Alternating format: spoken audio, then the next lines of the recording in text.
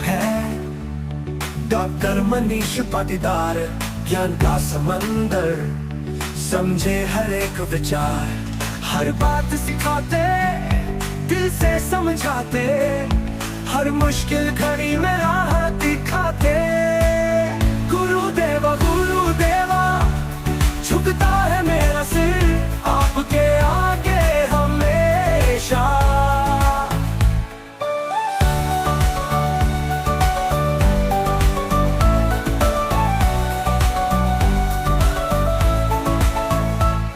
ताकत और भरोसा आपसे ही मिला, जीवन का हर कोना आपने ही सिला। गुरु की मूरत है सबसे प्यारी, आपकी सिख हमेशा रहे जारी। नमस्कार साथियों, मैं आपका दोस्त, आपका साथी, इलेक्ट्रो होम्योपैथी चिकित्सक जितेंद्र गुजर आपका अपने YouTube चैनल नवजीवन इलेक्ट्रो होम्योपैथी क्लिनिक पर हार्दिक स्वागत करता हूं। साथियों, आज इलेक्ट्रो होम्योपैथी के विषय पर चर्चा करने के लिए मैंने अपनी बहुत ही काबिल दोस्त डॉक्टर दीप्ति शर्मा जी को इनवाइट किया है। डॉक्टर दीप्ति शर्मा जी का दीप्ति हेल्थ केयर सेंटर के नाम से गाजियाबाद में क्लिनिक है और डॉक्टर दीप्ति शर्मा एक कुशल और बहुत अनुभवी इलेक्ट्रो होम्योपैथी चिकित्सक है, जिसके दम पे इन्होंने इलेक्ट्रो होम्योपैथी को गाजियाबाद में काफ़ी मशहूर किया है और बहुत सारे मरीजों को इलेक्ट्रो होम्योपैथी से ठीक किया है। इनका अपने बहुत सारे अनुभव हैं। साथियों, जैसा कि बहुत सारे साथी जानते हैं कि मैं और डॉक्टर दीप्ति शर्मा मिलके डॉक्टर मनीष पाटीदार जी के सेकंड सेम के नोट्स को बुक के रूप में लिख रहे हैं। उसमें भी डॉक्टर दीप्ति शर्मा ने मेरा बहुत योगदान कर रही है और हम दोनों मिलके डॉक्टर मनीष पाटीदार जी के सेकंड सेम की बुक हम लोग लिख रहे हैं, जिसमें हमारे जो सीनियर डॉक्टर हैं उन सीनियर डॉक्टर्स के फीडबैक हमने मरीजों के लिए हैं, जिससे कि हमारे नए चिकित्सक बंधुओं को, नए चिकित्सक साथियों को एक मोटिवेशन मिल सके। लगभग 10 या 15 फीडबैक हर सीनियर डॉक्टर्स के हमने लिए हैं। तो उस बुक के अंदर डॉक्टर दीप्ति शर्मा के मरीजों के फीडबैक भी आपको देखने के लिए मिलेंगे, जिससे आपको अपनी प्रैक्टिस करने में बहुत आसानी होगी, आपका एक मोटिवेशन होगा और आप इलेक्ट्रो होम्योपैथी को आगे ले जाने में एक अच्छी भूमिका निभा पाएंगे। तो आइए बात करते हैं, चर्चा करते हैं इलेक्ट्रो होम्योपैथी पे डॉक्टर दीप्ति शर्मा से। नमस्ते सर। मैम, मैं आपसे सबसे पहले ये जानना चाहूंगा कि आपको इलेक्ट्रो होम्योपैथी ज्वाइन करने के लिए कैसे आप मोटिवेट हुए, या इलेक्ट्रो होम्योपैथी आप कब से कर रहे हैं, कब आपने इलेक्ट्रो होम्योपैथी ज्वाइन किया, इसके बारे में कुछ हमें बताइए। देखिए सर, कोर्स तो मैंने काफी पहले कर रखा था, पर क्योंकि इतनी अच्छी कंडीशन नहीं थी फेवरेबल कि भाई प्रैक्टिस करें, क्योंकि प्रैक्टिस करने पर बहुत सारी प्रॉब्लम्स आती थी। जो लोग पहले से प्रैक्टिस कर रहे हैं वो इस बात को जानते हैं। दूसरा ये है कि इतनी डीप नॉलेज नहीं थी, जितना स्कूल कॉलेज में पढ़ाया गया हमें उतनी चीजें पता थी। फिर एक दिन मेरे सामने मनीष सर का वीडियो आया जी। तो मनीष सर का वीडियो देखते ही जो पहला थॉट मेरे माइंड में आया वो यही आया कि अगर ऐसे गुरु हमें मिल जाए तो हम लाइफ में बहुत कुछ कर सकते हैं। जी। तो उसके बाद मैंने सर से बात करी, उनकी क्लास ज्वाइन करी और उसके बाद ही मैंने अपना क्लिनिक ओपन करा और तब से लेके अब तक मैं प्रैक्टिस कर रही हूँ। जिस हिसाब से मैंने प्रैक्टिस अभी 2 साल मुझे हुए प्रैक्टिस करते हुए, तीसरा साल चल रहा है, उस हिसाब से मेरे को लगता है मैंने बहुत कुछ इम्प्रूवमेंट किया है। और ये सब कुछ मनीष सर की वजह से हुआ है कि उनका जो गाइडलाइन है, जो मार्गदर्शन है, वो इतना परफेक्ट है कि उसमें गलती की कोई गुंजाइश नहीं है। तो अगर आप सर के बताए हुए मार्ग पे चलेंगे तो कोई ऐसी चीज नहीं है जो आपकी प्रैक्टिस को बढ़ने से रोक सके। जी। तो मैम, आप, जैसा कि मैं इंट्रोडक्शन में भी मैंने अपने साथियों को बताया था कि आपने बहुत कम समय में बहुत ऊंची ऊंचाइयों को छुआ, इलेक्ट्रो होम्योपैथी को बहुत डीपली समझा है। और वो आपके रिजल्ट से झलकता है, आपके जो नंबर ऑफ पेशेंट हैं उनसे झलकता है, उनसे पता लगता है आपकी प्रैक्टिस इतनी अच्छी है और सभी पेशेंट आपके बहुत खुश हैं। तो लगभग किस तरीके के पेशेंट आप ज्यादातर देखते हैं? अभी सर हम उस कंडीशन में हैं कि स्पेशलाइजेशन नहीं है, ओपन टू ऑल है। एक्यूट केस भी है, क्रॉनिक केस भी है, और जिस तरीके के पेशेंट्स ज्यादा ठीक होते हैं उस तरीके के पेशेंट्स ज्यादा आने लगते हैं। पर अभी मैंने ऐसा फिक्स कुछ नहीं किया है, क्योंकि सर ने हमें सभी सिस्टम पढ़ाए हैं, पूरी एनाटॉमी फिजियोलॉजी सब कुछ सर ने बता रखी है, तो हमें किसी भी तरीके का केस लेने में कोई दिक्कत नहीं आती है। जी। तो अभी सभी तरीके के केसेस में लेती हूँ, ऐसा पर्टिकुलर स्पेसिफिक नहीं डिसाइड किया है कि किस चीज में करना है। नहीं, वो जैसा, चीज अभी डिसाइड होनी बाकी है। जी, जैसा मनीष सर बोलते हैं कि जी अगर आप एक पेशेंट ठीक करोगे तो आपको वो 10 हम्म। पेशेंट ला के देगा बिल्कुल पेशेंट। बिल्कुल। वो बात कहीं ना कहीं बिल्कुल हम्म। प्रैक्टिस में हम लोगों ने महसूस भी की है कि एक पेशेंट हम्म। ही आपको, एक बोर्ड और होर्डिंग लगाने से बढ़िया जो आपको एडवर्टाइजमेंट जो करता है, वो आपका पेशेंट जिसे आप ठीक करते हो वही एडवर्टाइजमेंट करता है। तो उस चीज का इम्पैक्ट पड़ता है, बिल्कुल सही बात बिल्कुल है। सर। तो अभी मैम, फिर भी एक मोटे तौर पे जैसे मैंने देखा है कि अभी बहुत सारी जगह इलेक्ट्रो होम्योपैथ को होम्योपैथ से कंपेयर किया जाता है कि अरे ये तो हम्म। होम्योपैथ है। लेकिन आपने अपने काम के दम पे या अपने हम्म। जो आपने रिजल्ट दिए हैं उसके दम पे आपने अपने क्षेत्र में इलेक्ट्रो होम्योपैथी को एक अलग ही पहचान दी है। अब लोग जानते हैं आपको इलेक्ट्रो होम्योपैथी डॉक्टर के नाम से। वो अब कंपेयर नहीं करते, उन्हें अच्छे से पता है कि doctor Deepti Sharma electro homeopath करती हैं। तो ये हम्म। सारा सफर, थोड़ा इस जर्नी के बारे में आप हमें बताएं। शुरुआत में क्या मुश्किलें रही, ताकि जो हमारे नए चिकित्सक हैं उन्हें भी एक प्रेरणा मिल सके, क्योंकि बहुत से डॉक्टर क्या करते हैं कि शुरुआती दौर में वो मतलब हिम्मत हार जाते हैं। उन लोगों को वो मोटिवेशन नहीं मिल पाता कि वो जो शुरुआत की जो फाइट है, शुरुआत की जो जर्नी है, जो स्ट्रगल है, उसे वो लोग कर सके। तो उसमें आप अपने कुछ अनुभव बताएं ताकि नए जो हमारे चिकित्सक साथी हैं उन्हें एक हिम्मत मिले कि वो, उन्हें भी लगे कि हाँ वो भी कर सकते हैं। सबसे पहले तो ये कि सर जो पढ़ाते हैं क्लास में ना, आपको हर वर्ड को ध्यान से सुनना है कि सर क्या बोल रहे हैं। जी। और सर हमेशा एक चीज को रिपीट करते हैं कि कोई भी पेशेंट आता है तो पेशेंट आपके सामने बैठा है, आप डायग्नोज कीजिए, मैं सिर्फ एक राह दिखा सकता हूँ। तो फर्स्ट प्रोटोकॉल हमेशा आपका खुद का होना चाहिए कि पेशेंट आया, उसको क्या सिम्टम्स है, उसके अकॉर्डिंग आपके हिसाब से कौन सी मेडिसिन सेलेक्ट हुई है। तो पहला प्रोटोकॉल आपका होना चाहिए कि मुझे ये पेशेंट को देना है। उसके बाद सर ने सारे हर डिजीज के प्रोटोकॉल बता रखे हैं, उसके साथ आप सर के प्रोटोकॉल दीजिए। ऐसी कोई वजह नहीं है कि रिजल्ट नहीं आएगा। मतलब, रिजल्ट में कुछ भी अप एंड डाउन होता है। जी जी सर बताइए। कोई भी अप एंड डाउन होता है तो डायलूशन को थोड़ा ऊपर नीचे आप करके रिजल्ट ले सकते हैं। ऐसा नहीं है, अगर आपको लग रहा है कि मैंने दिया मेडिसिन और पेशेंट ने एकदम से एग्रावेशन हो गया उसको जी मेडिसिन देने के साथ ही, तो आप तुरंत डायलूशन चेंज कर दीजिए। जी घबराने की कोई जरूरत नहीं है। एग्रावेशन होना हमारे लिए is a good sign. It means कि मेडिसिन बिल्कुल करेक्ट है, ऑथेंटिक है, 100% सही है, बस हमारे डायल्यूशन में कहीं चूक हुई है, तो हम्म, इसलिए हमें डायल्यूशन चेंज करना है। तो ये छोटी छोटी चीजें हैं, आप एक दो बार गलतियां करोगे, सीखोगे, आगे बढ़ोगे, फिर गलतियां करोगे, फिर सीखोगे, फिर आगे बढ़ोगे। यही सक्सेस का प्रोसीजर, और इस प्रोसेस से हमारे जितने सीनियर हैं वो लोग भी गुजरे हैं, और हमें भी इसी प्रोसेस से गुजरना है। रातों रात कोई कामयाब नहीं होता। सर भी आज इस मुकाम पे पहुंचे हैं तो सर की भी कितनी अथाह मेहनत है। बल्कि हमारे लिए ये सौभाग्य की बात है कि सर ने जितनी मेहनत करी उतनी मेहनत हमें नहीं करनी पड़ रही है, क्योंकि सर जी हमें बहुत सारी चीजें शॉर्ट एंड स्वीट बता देते हैं कि ये चीज में ये प्रोटोकॉल तो चलाना ही है, इससे 100% रिजल्ट है। तो बहुत जी सारी चीजें उन्होंने ऐसी बता रखी है सेफ साइड की, आप कुछ भी नहीं समझ में आ रहा है तो GTMP चला दो, पावर बूस्टर चला दो, ठीक है। उसके बाद उस जो केस आया है उसकी स्टडी करो कि वो कैसा केस है, उसमें मुझे क्या देना चाहिए, पेशेंट की क्या कंडीशन है। उसके हम्म, बाद जब वो नेक्स्ट टाइम आए तो फिर आप मेडिसिन अपने हिसाब से दो। जी जी। तो अच्छा। शुरू में थोड़ी बहुत दिक्कतें आती हैं, पर सर ने एक रास्ता दे रखा है जिसपे हमें चलना है। जी मैम, मैं अब उन डॉक्टरों के लिए जानना चाहूंगा कि जो अभी हमारी फैमिली का हिस्सा नहीं है, या अभी वो डॉक्टर मनीष पाटीदार जी के साथ नहीं जुड़े हैं और वो अभी नए नए अपनी प्रैक्टिस स्टार्ट कर रहे हैं, तो उन्हें क्या करना चाहिए आपके हिसाब से?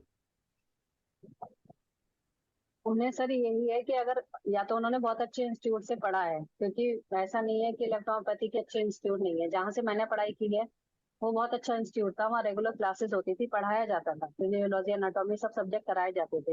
या तो आपने इतने अच्छे इंस्टीट्यूट से पढ़ाई की है, अगर नहीं करी है तो आपको सेल्फ स्टडी करनी पड़ेगी। आप बुक्स खरीदो, आप एनाटॉमी फिजियोलॉजी की बुक्स लो, उसको सिस्टम वाइज पढ़ो, चीजों को समझो, नर्वस सिस्टम की स्टडी करो। जब तक आप इन चीजों को नहीं पकड़ोगे तब तक हम नहीं डिसाइड कर पाएंगे कि पेशेंट की जो डिजीज है वो किस स्टेज में है, पेशेंट को क्या प्रॉब्लम है और इसके हिसाब से कौन सी मेडिसिन जानी चाहिए। तो स्टडी मस्ट है। जी स्टडी हमारे सभी सीनियर आज भी पढ़ रहे हैं, सब कहते हैं मैं खुद भी पढ़ रहा हूँ। मैं भी डेली रूटीन है मेरा कि डेली 1 घंटे मुझे पढ़ना ही पढ़ना है, चाहे कुछ भी हो जाए। तो ऐसे 1% बेटर, 1% बेटर हमारी लाइफ का एक फॉर्मूला होना चाहिए कि डेली आप अपने आप को 1% बेटर करो, डेली कुछ नया सीखो। जब आप डेली कुछ कुछ अपनी प्रैक्टिस में ऐड करोगे तो आपकी प्रैक्टिस बढ़ेगी। जी जी। मैं भी अपनी जी तरफ जी से कुछ ऐड करना चाहूंगा कि जब हम नई प्रैक्टिस स्टार्ट करते हैं अपने अनुभव के आधार पे, तो हमें क्या करना चाहिए कि जो हमारे पास केस आया है, हमने उसे मेडिसिन भी दे दी है, फिर भी हमें उसे प्रॉपर रूप से एक बार फिर से स्टडी करना चाहिए अच्छे तरीके से। बिल्कुल डिजीज का लिंक ढूंढना चाहिए ऑर्गन के साथ, कि इसका बिल्कुल। लिंक और कहाँ कहाँ जुड़ गया है, किस अंग के साथ जुड़ गया है, और इसके लक्षण क्या क्या एक और चीज आ और, रहे हैं। हाँ, एक चीज और करेक्ट करना चाहूंगी कि मेडिसिन के साथ साथ हमें उसकी लाइफ स्टाइल प्लस उसकी डाइट, वो क्या लेता है, उसको भी फोकस करना बहुत जरूरी है। जी अगर आपने उसकी डाइट नहीं करेक्ट की, आपने उसकी लाइफस्टाइल में नहीं चेंजेस किया, तो मेडिसिन का इम्पैक्ट भी देर से आता है। फिर हम कहते हैं कि मेडिसिन काम नहीं करती, या हमने जहाँ से मेडिसिन मंगाई है उनका अच्छा रिजल्ट नहीं है। ऐसा नहीं है, हर मेडिसिन काम करती है, लेकिन आपको ओवरऑल चेंजेस करना है। जी जी देखना है कि वो पेशेंट क्या खाता है, कैसे रहता है, उसका बिहेवियर क्या है, वो सारी चीजों की स्टडी करनी पड़ती है। वो भी चीजें, जैसे कि एक सेनापति अकेला युद्ध नहीं जीत सकता, उसको एक सेना की जरूरत होती है। जी ठीक है, एक राजा की जरूरत होती है जो कमांड दे। इसी जी। तरीके से खाली मेडिसिन कुछ नहीं कर सकती जब तक कि आप ओवरऑल चीजों को करेक्ट नहीं करोगे। नहीं करोगे, आपको बिल्कुल पेशेंट सर। की डाइट भी फॉलो करानी पड़ेगी, बिल्कुल आपको पेशेंट को कुछ परहेज भी बताने पड़ेंगे। तो सबसे आसान तरीका यही होता है कि आप स्टडी करें, चीजों को समझें, ये हम्म, डिजीज हो रही है तो बिल्कुल। किस कारण से उत्पन्न हो रही है, इसके कारण क्या क्या सिम्टम हम्म, मतलब लक्षण उत्पन्न होंगे, और इसके कारण और कौन कौन से ऑर्गन इफेक्ट हो सकते हैं।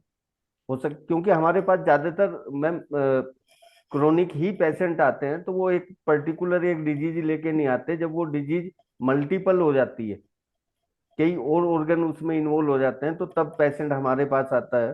तो हमें उन चीजों को समझना आना चाहिए। दूसरी चीज क्या है कि बिल्कुल जो मुझे लगा कि जो हमारे नए चिकित्सक हैं उन्हें क्या करना चाहिए, जो वो गलतियां कर रहे हैं कि वो केवल बहुत सारे ग्रुप में जुड़े हुए हैं। बहुत सारे हमारे सीनियर डॉक्टर्स ऐसे हैं कि जो अपने जूनियर की हेल्प करते हैं। हमारी फैमिली में भी बहुत सारे हैं, हमारी फैमिली के बाहर भी बहुत सारे लोग हैं जो कि इलेक्ट्रो होम्योपैथी के लिए अपने जूनियर्स की हेल्प करते हैं, उन्हें प्रोटोकॉल भी बताते हैं, उन्हें गाइडेंस भी देते हैं। लेकिन हमारे जो नए चिकित्सक हैं वो केवल प्रोटोकॉल पे फोकस रखते हैं कि जी ये प्रोटोकॉल बता दें। और आपका और हमारा मतलब अनुभव अभी तक की हमारी जनरी का ये कहता है कि प्रोटोकॉल कोई अहमियत नहीं रखता। अगर आपको मेडिसिन की, बिल्कुल। प्लांट की और उस डिजीज की नॉलेज नहीं है, तो प्रोटोकॉल कोई मायने नहीं नहीं। है, प्रोटोकॉल तो मेरा चेंज अनुभव हो ये कहता जाता है। है, मैंने, हाँ सर, बिल्कुल। जैसे कि मैंने शुरू में ही बोला इस बात को कि फर्स्ट प्रोटोकॉल आपका खुद का होना चाहिए। जी और वो प्रोटोकॉल आपको खुद का तब हो सकता है कि जब आपको मेडिसिन के बारे में पता है, आपको डिजीज के बारे में पता है, आप देख रहे हो कि पेशेंट के अंदर क्या सिम्टम्स आ रहे हैं, उस अकॉर्डिंग आप मेडिसिन लिखते जाओ और उसका एक प्रोटोकॉल बनाओ। और वो जी प्रोटोकॉल 100% रिजल्ट देता है, ऐसा मेरा अब तक का अनुभव है। जी जी बाकी उसके साथ आप कुछ भी दे सकते हो। कभी कोई ऐसा केस आ जाए कि हमें नहीं समझ आ रहा कि ये तो नया केस है, मुझे इसके बारे में कुछ नहीं पता है, तो सबसे सेफ साइड है आप उसे डिटॉक्स दे दो, GTNT दे दो और 1 वीक बाद फिर बुलाओ। जी तो आपको स्टडी करने का मौका मिल जाएगा, उसके सिम्टम्स सारे आप लिख लो, नोट डाउन करो, और फिर उसको स्टडी करो कि कौन सी बीमारी है, इसका क्या कॉज है, इसका क्या ट्रीटमेंट मुझे देना चाहिए। जी और जो आपने GT/NT या डिटॉक्स दिया है वो 100% उसको बेनिफिट देगा ही देगा, और बीमारी के सिम्टम्स को भी रिड्यूस करेगा। तो जी आप ये भी कर सकते हैं, ये काम मैं भी करती हूँ। जब मुझे नहीं समझ आता कि पेशेंट को क्या मल्टीपल सिम्टम शो कर रहा है, रूट कॉज नहीं समझ आ रहा कि इसको क्या है, तो आप सेफ साइड सबसे बढ़िया सर ने डिटॉक्स दे रखा है और वो 100% रिजल्ट है उसका। जी जी। ये आप मतलब कर जो सकते हैं। हमारी फैमिली के सदस्य नहीं है उन्हें इस बात पे ध्यान रखना चाहिए कि उन्हें लीवर डिटॉक्स और किडनी डिटॉक्स हफ्ते भर बिल्कुल के लिए दें क्रोनिक पेशेंट में, और उसके बाद वो उसके इसको स्टडी करें, उसके बारे में पढ़ें। फिर किसी भी ग्रुप में बिल्कुल। किसी भी सीनियर से प्रोटोकॉल ना पूछें, उस केस के बारे में डिस्कस करें। क्योंकि डिस्कस करने के बाद जब वो आप लोग प्रोटोकॉल बनाओगे तो आपको पता होगा कि ये मेडिसिन का सिलेक्शन किस बेस पे किया गया है। तो अगर एक बिल्कुल एक डिजीज के बारे में आपने किसी सीनियर से एक बार डिस्कस कर लिया तो आपको लाइफ में दोबारा से उस डिजीज के बारे में कम से कम जरूरत नहीं पड़ेगी, क्योंकि आपको वो डीपली समझ में आ चुका होगा कि यहाँ पे सिलेक्शन ऑफ मेडिसिन किस आधार पे किया गया। बिल्कुल बिल्कुल। प्रोटोकॉल आप किसी से पूछ सकते हो, दे भी सकते हो, नो डाउट, लेकिन प्रोटोकॉल के बेस पे आप अपनी प्रैक्टिस को अगर सेट करोगे तो आप कभी लॉन्ग रन नहीं कर पाओगे। जी आपको अल्टीमेटली मेडिसिन पे ही आना पड़ेगा, एनाटॉमी फिजियोलॉजी पे आना ही पड़ेगा। क्योंकि जी अगर कुछ भी पेशेंट में सिम्टम्स चेंज होते हैं या जी उसकी प्रॉब्लम कम या ज्यादा होती है, तो आपको कौन सी मेडिसिन हटा के कौन सी ऐड करनी है ये आपको खुद से पता होना चाहिए। बिल्कुल बिल्कुल। तो ये सब चीजें हम तभी कर सकते हैं कि जब हमें उसकी डीप नॉलेज है। जी नहीं तो हम प्रोटोकॉल देते रहेंगे, रिजल्ट आएगा नहीं, फिर हम कहेंगे कि सर ने क्लास में अच्छे से नहीं पढ़ाया, मेडिसिन बेकार थी और इलेक्ट्रोपैथी बेकार है, इसका कुछ नहीं होता। फिर वो लोग, अल्टीमेटली बेकार चीजें नहीं है, बेकार आप हो। हाँ, हमें खुद को करेक्ट करना है। फिर वो लोग कहीं एलोपैथ करते हैं BMS होने के बावजूद, कहीं वो बिल्कुल आयुर्वेद बिल्कुल। करते हैं, कहीं होम्योपैथ करते हैं। उससे दोनों चीजों का नुकसान होता है, हमारी प्रैक्टिस का भी नुकसान होता है और हमारी इलेक्ट्रो होम्योपैथी की जो प्रक्रिया है उसका भी नुकसान होता है। जब हम अपनी पैथी में अच्छे रिजल्ट देते हैं पेशेंट को, तो जैसे हमारी फैमिली के सैकड़ों ऐसे डॉक्टर हैं कि जो आज जिन जिन जो जिनकी पहचान है इलेक्ट्रो होम्योपैथी के नाम से, है ना। तो वो लोग हम्म, वही 38 मेडिसिन पढ़ी हैं, उन्होंने भी काम कर रहे हैं, बहुत अच्छे बिल्कुल से कर रहे हैं। हमें अपने आप पे हौसला रखना चाहिए, अच्छे से स्टडी करनी बिल्कुल। चाहिए। जैसा सीनियर कर रहे हैं, हो सकता है कि अगर हम थोड़ी सी मेहनत करें तो हम उनसे भी बेहतर कर सकें। ये बिल्कुल कर जज्बा, सकते ये हैं सर। हौसला हमारे अंदर होना चाहिए। बिल्कुल। तो बिल्कुल सबसे अच्छी बात है हमारे सीनियर्स इतने अच्छे हैं कि जो हेल्प करने के लिए हमेशा तैयार रहते हैं। चाहे बिल्कुल। वो राकेश सर हो, चाहे सैनी सर हो, सर हो, आप किसी को भी कॉल करोगे तो वो जरूर से आपको रिप्लाई करेंगे, आपको हेल्प करेंगे, आपको गाइडलाइन देंगे। बहुत से लोग ये कहते हैं कि हम सीनियर्स को कॉल करते हैं तो सीनियर्स नहीं उठाते या नहीं बताते। अरे भैया, जो आप फोन उठा के सीधे कहोगे सर इसका प्रोटोकॉल बताओ, इस क्वेश्चन का जवाब कोई सीनियर नहीं देगा। नहीं, देगा उन्हें ही नहीं, क्योंकि उन्हें उसको पता ही सच्चाई नहीं कि पता भाई है ना आपका मैम। कौन सा केस है। उन्हें बस। उन्हें सच्चाई पता है कि प्रोटोकॉल के कोई तो मायने आपका नहीं, क्वेश्चन ही गलत है। है ना। आपका क्वेश्चन ही गलत है कि सर प्रोटोकॉल बताओ। दिस इज बिल्कुल द रॉन्ग क्वेश्चन। क्वेश्चन होना चाहिए सर मेरे पास ये केस आया, उसके ये सिम्टम्स थे, मैंने ये मेडिसिन सेलेक्ट करी, अब आप बताइए कि इसमें क्या कुछ और ऐड किया जा सकता है, या आप इसमें क्या एडवाइस देंगे, करेक्ट है। ये अगर आप क्वेश्चन करेंगे तो हर सीनियर आपको जवाब देगा, और आपका क्वेश्चन ही गलत है तो जवाब नहीं आएगा। फिर हम ये कहते हैं कि सीनियर्स हेल्प नहीं करते, सीनियर्स फोन नहीं उठाते, तो ये बिल्कुल गलत एलिगेशन है जो लोग जनरली बोलते हैं। नहीं, इसमें एक चीज और भी है मैम, उन लोगों की प्रैक्टिस इतनी जबरदस्त है कि उन लोगों के पास समय नहीं बिल्कुल। है खाना खाने का। अब जिनके पास खाना हम्म, खाने के लिए समय नहीं है, आपको ये लगता है कि वो अपना काम छोड़ के, अपनी प्रैक्टिस छोड़ के आपको केवल प्रोटोकॉल बताएंगे, तो सॉरी, नहीं बताएगा कोई हम्म, भी। हम भी नहीं बता नहीं पाते, बताएंगे हम बिल्कुल। भी कई बार हेल्प नहीं कर पाते चाहते हुए भी, क्योंकि हम्म, अपनी प्रैक्टिस भी देखनी है, अपनी स्टडी भी देखनी है, अपना समय बिल्कुल भी देखना है। लेकिन जब हम कभी चर्चा करते हैं तो चर्चा के लिए जरूर सीनियर समय निकालते हैं और वो हमें गाइड करते हैं। जैसे कि मेरी आज तक जितने बार भी बात हुई है, हमारी फैमिली की बहुत सीनियर डॉक्टर हैं, डॉक्टर धनश्री मैम, महाराष्ट्र से। बिल्कुल। मैम वो लंच करते हुए हम लोगों को गाइड करते हैं। मतलब वो हाँ, अपने खाने के समय में से समय हमें देते हैं, खाना खा रहे हैं उसके साथ साथ वो हमें गाइड कर रहे हैं, है ना। वो ये वही नहीं ट्रू सोचते जी डॉक्टर मैं है, सुबह असली से डॉक्टर। अपनी अपनी मैं प्रैक्टिस कर रही थी, मेरे पास पेशेंट थे, अब मैं खाना खाने का समय मिला है तो अब आप मेरे से सवाल क्यों कर रहे हो। वो खाना खाते हुए हमारे जो भी क्वेरीज होती हैं वो उनका जवाब देती हैं अच्छे से। अगर उनके पास समय नहीं है और हम उनसे शिकायत करने लगे, नहीं जी हमारे तो सवाल का जवाब नहीं दिया, तो वो फिर कहीं ना कहीं उनके मनोबल को भी वो ठेस पहुंचाता है। बिल्कुल। ऐसा करके कहीं ना कहीं हम खुद ही अपना रास्ता बंद कर रहे हैं सीनियर से एक लिंक बनाने का। जी जी। अगर उनको लगेगा कि भाई ये उस लेवल पे है, इसको हेल्प की जरूरत है, तो डेफिनेटली वो हेल्प करेंगे। अब आप उनको 4-5 बीमारियां बताते हो, कहे कि मैम इसका प्रोटोकॉल बता दीजिए, तो सवाल ही नहीं है कि आपको कोई रिप्लाई मिल जाए, क्योंकि जी प्रोटोकॉल तो सर ही इतने बता देते हैं क्लास में। आप उनको ही ट्राई कर लीजिए, अगर प्रोटोकॉल ही ट्राई करने हैं आपको तो। जी। जी। अच्छा मैम, आपके कुछ ऐसे कुछ अनुभव इलेक्ट्रो होम्योपैथी में जिसने आपको अचंभित कर दिया हो कि अरे अच्छा ऐसा भी रिजल्ट मिल सकता है, इसकी तो मैंने कल्पना ही नहीं की थी। ऐसा है, एक एक्सपीरियंस लेटेस्ट का ही है, लेकिन वो किसी इंसान के ऊपर नहीं है, किसी जानवर के ऊपर है। और मैंने बस यही देखने के लिए मेडिसिन दी थी कि अल्टीमेटली इसका इम्पैक्ट आता क्या है। जी एक डॉग था, उसको टॉयलेट बिल्कुल बंद हो गया था और ब्लैडर पूरा फुल हो गया था, लिटरली उसका पेट जो है ना वो फटने वाला था, ये कंडीशन थी उसकी। जी। तो मैंने उनको सजेस्ट किया कि आप इसको एक बार इसका ब्लैडर ना एम्प्टी करा लाइए डॉक्टर के पास ले जाके, उसके बाद मैं मेडिसिन देती हूँ। क्योंकि वो लिटरली उस समय बिल्कुल झाग आ रहे थे उसके मुंह से, और बिल्कुल पल्स उसकी बहुत धीरे चल रही थी, सांस बस ये था जी कि 1 घंटे में ये मर जाएगा। जी। तो फिर उन्होंने मेरी बात मानी, वो ले गए डॉक्टर के पास, उसको ब्लैडर को एम्प्टी करा के लाए। जी उसके बाद मैंने उसे D1 से प्रोटोकॉल चलाया। जी। और ये बात लगभग लगभग 1 साल इस बात को हो गया है। D1 टोटल प्रोटोकॉल मैंने उसको D1 से दिया। जी और आज भी वो डॉग है, बहुत स्वस्थ है, उसको कोई प्रॉब्लम नहीं है, बिल्कुल फिजिकली फिट हो गया है।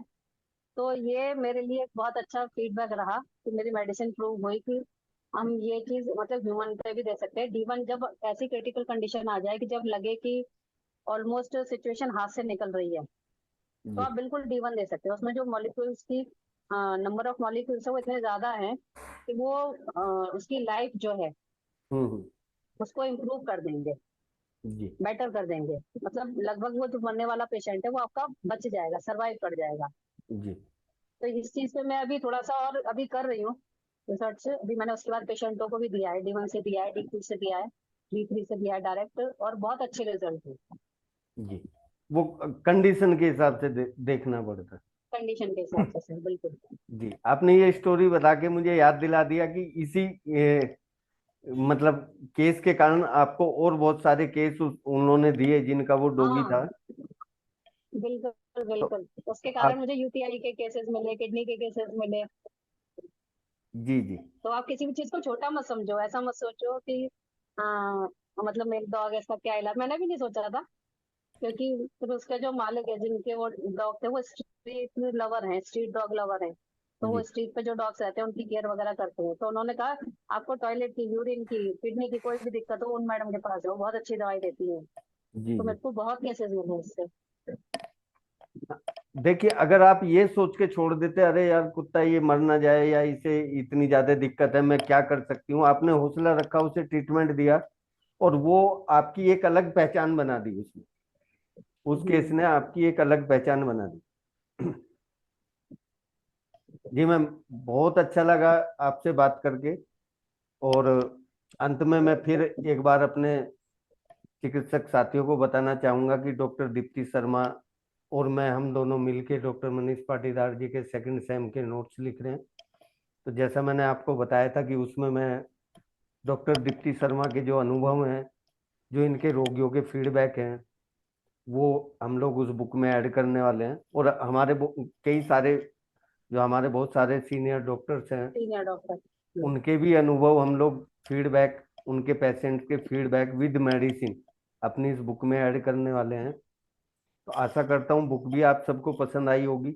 और अब हम जल्दी ही ये सीरीज हम हफ्ते में 2 वीडियो डालेंगे ताकि हमारे नए चिकित्सकों को इससे बहुत हौसला मिले। और जो साथी हमारी इलेक्ट्रो होम्योपैथी फैमिली के सदस्य अभी नहीं है, उन लोगों को भी कुछ ना कुछ मोटिवेशन इससे मिलेगा। तो इसी के साथ मैम बहुत बहुत धन्यवाद आपका, आपने ज्वाइन किया, थैंक यू सर। अपने अनुभव थैंक यू अपने सर। हमारे साथ शेयर किए। इसके लिए आपका बहुत बहुत धन्यवाद। Thank you sir.